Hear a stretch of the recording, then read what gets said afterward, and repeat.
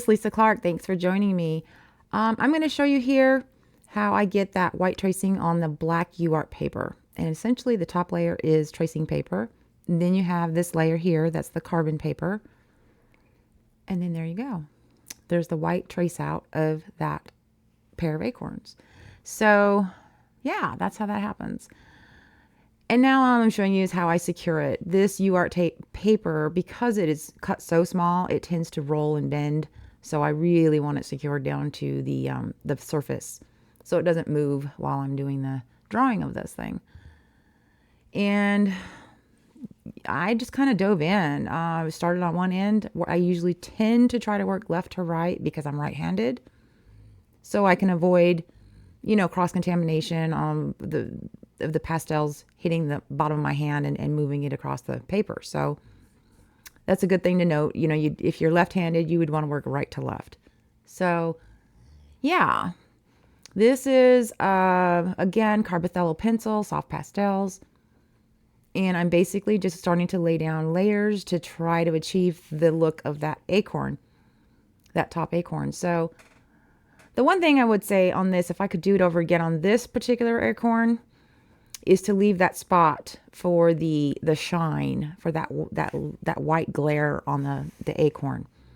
And I didn't do that, which I remembered to do that on the second acorn. But at any rate, I wanted to point out here that, see that burgundy? There's like a burgundy maroon colored at the bottom of the nut. So that's what I was showing you. Like you'd be surprised how many different colors are in one surface. This acorn, I think I ended up using 12 or 13 different pencils, different colors. So yeah, it's a lot of patience, a lot of layering, a lot of trial and error. I think what's forgiving with pastels in general, whether it's pan pastels, pastel pencils, they can be very forgiving. You can go right over them with a completely different color. If you decide that's not the color I like, it's not what I'm trying to achieve, you can literally take a whole different color and go right over it, and it's very forgiving. So yeah, just keep that in mind. There's no mistakes. It's just a learning process. You know, it's what works, what doesn't work. That's the beautiful thing about art. You know, it's in the eye of the beholder. It's a cliche. It's been said a million times, but it really is. It's your perspective of how you interpret what you're seeing. So there is no wrong way to do it.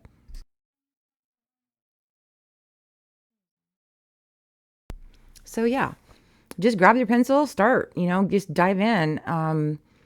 Like I said, you can easily change the direction if you need to later on. Here's that burgundy again, where I'm just laying in another layer of that down, just to try to pick up on the idea of that color that's in this acorn. You don't want it to be, that's all you see. You want it to kind of blend in with the very light color in the tip of that acorn, and then blend it into the body of that acorn. So you don't want like a line of it. You want it to blend. So that's what I'm doing. I'm taking the burgundy and go over the cream and going over the white and going over the brown. I would say the pressure I'm using on all these pencils would be a soft to medium, right? Because if you push too hard, you can damage the tooth of the paper. And if you damage the tooth of the paper, it's going to hinder your ability to build layers on it. So you want to stay soft to medium touch. If you go too hard, it's just you're going to be frustrated. So just remember that. Use a soft touch. Let's just say that. Let's just use a soft touch. We can always change things as we go. We can alter as we go. So I decided that's where the area where I kind of wanted that little shine, that little glimmer of light. I decided where I wanted it to be. Unfortunately, I've already layered down brown, burgundy, I think a tan, and now a cream, and then this brown. So it's going to be harder now to achieve that light, shiny color right there. That was my oops. But you know what? I'm okay with it, because guess what? I won't forget now, because I've done it and I didn't like the way it came out that way. So I learned. So was it really a mistake after all? Not really, because I took away something from it. I learned. And in the second acorn, I remembered to put that shine first, instead of putting, other colors down. and expecting it to get white after all those colors are laid down. So there you go. Take your time, draw what you see, not what you know. I have to remind myself of that little thing all the time.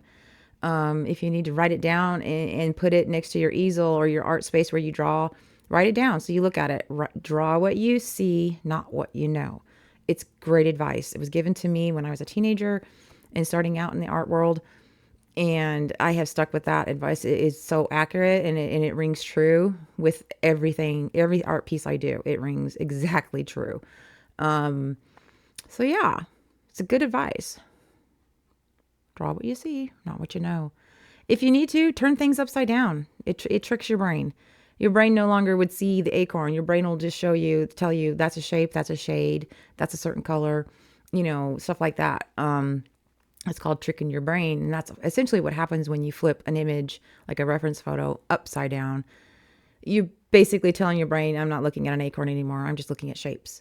And, hey, that works. If it works for you, do it. I mean, hey, do what works. Well, yeah, I did speed up the video here because it's very repetitive. But still, it's the soft to medium touch and just taking my time, putting the layers down, do the work. And it will start to come to be what your perspective is for it. It'll happen for you.